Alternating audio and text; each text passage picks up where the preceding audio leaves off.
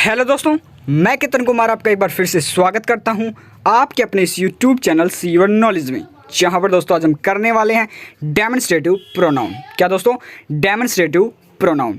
इसमें आज हम करेंगे दिस, दैट, दीज और दोज कि इनका यूज कहाँ पर और क्यों किया जाता है और किस प्रकार किया जाता है। दोस्तों, यदि आपने हमारी इससे पहले की क्लासेस को अभी तक नहीं देखा है तो जल्दी से आप हमारी पिछली क्लासेस को हमारे YouTube चैनल की प्लेलिस्ट में जाकर वहां पर देख लीजिए। और यदि आपने हमारे चैनल को अभी तक सब्सक्राइब नहीं किया है तो जल्दी से हमारे चैनल को सब्सक्राइब कर दीजिए और साथ ही साथ दबा दीजिए बेल आइकन, जिससे हमारी हर वीडियो का नोटिफिकेशन आपके पास पहुंच जाए।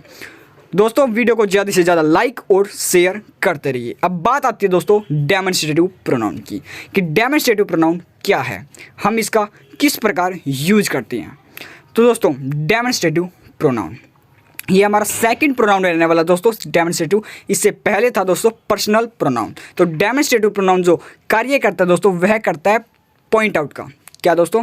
पॉइंट आउट का यह काम करता है। पॉइंट आउट यानी कि किसी की ओर संकेत करना, किसी की ओर किसी को मतलब विशेष तरीके से बताना, यानी कि वे क्या हो सकते हैं, या तो होंगे वे पर्सन होंगे या फिर दोस्तों क्या होंगे वे थिंग होंगे, यानी कि कोई व्यक्ति हो सकता है जिसकी ओर संकेत किया जा रहा है, या फिर क्या हो सकता है दोस्तों कोई वस्तु हो सकती है जिसकी ओर विशेष तरीके से बताया जा रहा है।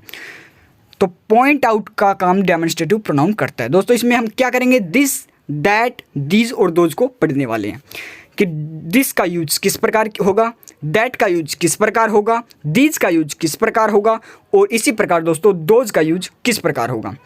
दोबारा फिर से दोस्तों, डेमोन्स्ट्रेटिव जो प्रोनाउन है वो पॉइंट आउट करने का काम करेगा पर्सन को और थिंग को। इसमें हम दिस, दैट, दीज और दोज के बारे में जानेंगे। तो दिस है दोस्तों वह सिंगुलर के रूप में यूज होगा। क्या दोस्तों? जो दिस है वह सिंगुलर के रूप में यूज होगा लेकिन नियर यानी कि नज़दीक के लिए। और जो दैट है दोस्तों वह सिंगुलर के तरीके ही से ही यूज होगा लेकिन क्या दोस्तों दूर के लिए यूज होगा। क्या दोस्तों? मैंने क्या बताया कि दिस का जो यूज है वह सिंगुलर तरीके से लेकिन नज़दीक के लिए, दैट का यूज सिंगुलर तरीके से लेकिन दूर के लिए। इसी प्रकार दोस्तों दीज का यूज होगा प्लूरल तरीके से। क्या दोस्तों? प्लूरल तरीके से लेकिन नज़दीक के लिए। इसी प्रकार दोज का जो यूज होगा दोस्तों प्लूरल तरीके से लेकिन दूर के लिए।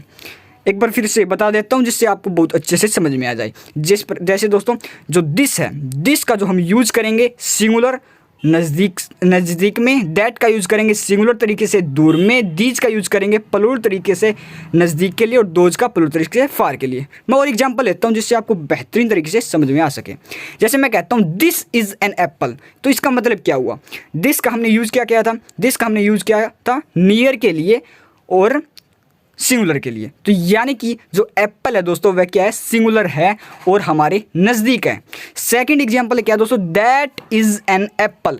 इसका मतलब क्या हुआ दोस्तों? दैट का यूज मैंने क्या बताया कि दैट का जो यूज होगा सिंगुलर तरीके से लेकिन फार के लिए होगा। तो इसमें जो एप्पल है दोस्तों वह हमारे नज़दीक नहीं है, हमारे हमसे मतलब दूर है लेकिन सिंगुलर है। इसी प्रकार हमारा जो थर्ड सेंटेंस है कि दीज आर एप्पल्स, इसका मतलब क्या हुआ दोस्तों? मैंने क्या बताया कि दीज का यूज होता है प्लूरल तरीके से लेकिन नज़दीक के लिए। इसका मतलब हुआ कि जो एप्पल्स हैं वह हमारे नज़दीक तो है लेकिन क्या है? प्लूरल हैं। इसी प्रकार दोज आर एप्पल, इसका मतलब क्या हुआ कि जो एप्पल्स है वह बहुत दूर है हमसे लेकिन क्या है? प्लूरल है। मैं उम्मीद करता हूं दोस्तों आप समझ रहे हैं। यदि नहीं समझे कोई बात नहीं, हम फिर से एग्जांपल ले लेते हैं। जैसे मैं कहता हूं दोज आर फ्लावर्स, तो इसका मतलब क्या हुआ? मैंने दोज का यूसेज क्या बताया कि जो दोज का यूज होगा वह प्लूरल तरीके से लेकिन फार के लिए यानी दूर के लिए होगा। तो जो फ्लावर्स हैं वह दोस्तों क्या है? हमसे दूर है लेकिन उनकी जो संख्या है दोस्तों वह एक से अधिक है यानी कि प्लूरल है। इसी प्रकार दोस्तों दैट इज़ ए डॉग, तो दैट का यूज क्या बताया कि दैट का यूज मैंने बताया कि फार तरीके से लेकिन सिंगुलर के लिए होगा। तो जो दोस्तों डॉग है वह क्या है दोस्तों? वह हमसे मतलब दूर है, नज़दीक नहीं है, दूर है लेकिन क्या है? सिंगुलर है। इसी प्रकार दिस इज़ ए फ्लावर, जो हम जो फ्लावर है दोस्तों वह हमारे नज़दीक है और जिसकी जो संख्या है दोस्तों वह सिंगुलर है। इसी प्रकार दोस्तों दीज आर डॉग्स, इसका मतलब क्या हुआ? दीज आर डॉग्स यानी कि जो दोस्तों वे डॉग्स हैं वह प्लूरल है लेकिन हमारे नज़दीक है। मैं उम्मीद करता हूं दोस्तों आप ये समझ गए होंगे। दिस, दैट, दीज और दोज का मैं कुछ और एग्जांपल लेता हूं जिससे आपको बेहतरीन तरीके से समझ आ सके। जैसे मैं कहता हूं दिस इज़ माई कार, तो दोस्तों कार की तरफ पॉइंट आउट किया गया है कि कार वह मेरी है, ठीक है। इसी प्रकार दोज आर बॉयज़, क्या दोस्तों, दोज आर बॉयज। इसी प्रकार दिस इज एन एप्पल। क्या दोस्तों, this is an apple. This chair is broken. Fourth sentence क्या है दोस्तों, this chair is broken. Fifth sentence क्या है दोस्तों, दीज क्लोथ्स आर वेट। क्या दोस्तों, दीज क्लोथ्स आर वेट। तो मैंने दोस्तों 5 सेंटेंस लिए और पांचों सेंटेंस में मैंने क्या दोस्तों, दिस, दोज, दिस और दीज इनका यूज किया। मैं उम्मीद करता हूं दोस्तों अब आप समझ गए होंगे दिस का यूज हम कहाँ पे करेंगे, दोज का यूज हम कहाँ पे करेंगे और इसी प्रकार दीज का यूज कहाँ पे करेंगे। क्या आप समझ गए हैं? यदि आप समझ गए हैं तो कमेंट बॉक्स में यस टाइप करें, जिससे मुझे पता चल जाए।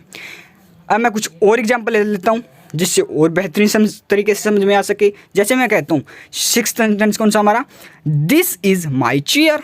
ठीक है, this is my chair. 7th sentence है, those birds are flying south.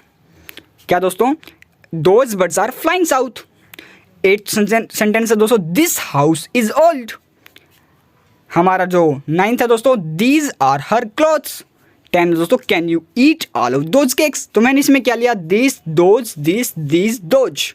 तो आप समझ गए होंगे। जैसे मैं पहले फिर एक बार और बता देता हूँ कि दिस इज माई चेयर।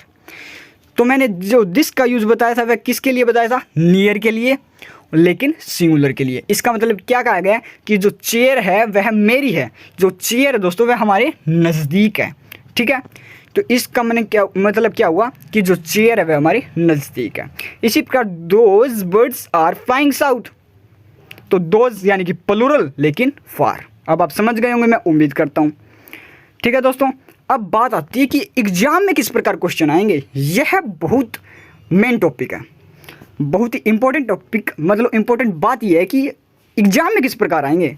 जैसे एग्जाम में आता है, poverty and population are connected, we have to eradicate this to control that. तो इसमें दिस और दैट का यूज किया हुआ है। आप समझ गए। मैंने बताया आपको दिस का यूज होगा नियर के लिए, यानी दिस का यूज हुआ पॉपुलेशन के लिए, और दैट का यूज होता है दूर के लिए, तो यानी कि पॉवर्टी के लिए यूज हुआ दैट का। तो इसमें एक शब्द आया हुआ इरेडिकेट। क्या दोस्तों, इसमें जो एक शब्द आया हुआ है वो है इरेडिकेट। इरेडिकेट का मतलब होता है दोस्तों जड़ से खत्म कर देना। तो इसका मतलब हुआ कि इरेडिकेट दिस, यानी पॉपुलेशन को आप जड़ से खत्म कर सकते हैं, नहीं। तो इसका मतलब हुआ जो दिस की जगह दैट आएगा और दैट की जगह दिस आएगा। ठीक है दोस्तों, मैं उम्मीद करता हूँ दोस्तों आपका जो सभी डाउट है वे क्लियर हो गए होंगे। यदि आपके कुछ डाउट अभी भी रहते हैं तो आप मुझे कमेंट बॉक्स में या फिर मेरे व्हाट्सएप पर या फिर मेरे फेसबुक पर दोस्तों कर सकते हैं। यदि दोस्तों आपने हमारे फेसबुक पेज को स्पेशल इंग्लिश क्लासेस को अभी तक फॉलो नहीं किया है तो जल्दी से हमारे उस पेज को भी फॉलो कर लीजिए, जिससे आपकी इंग्लिश में बहुत ही इंप्रूवमेंट होगा। और यदि आप हमारे व्हाट्सएप ग्रुप में जुड़ना चाहते हैं तो कमेंट बॉक्स में यस और अपना नंबर दीजिए। दोस्तों वीडियो को ज़्यादा से ज़्यादा लाइक, शेयर और हमारे चैनल को सब्सक्राइब कीजिए। और मिलते हैं मेरी नेक्स्ट क्लास में नाउन प्रोनाउन के किसी एक और टॉपिक के साथ। थैंक यू दोस्तों।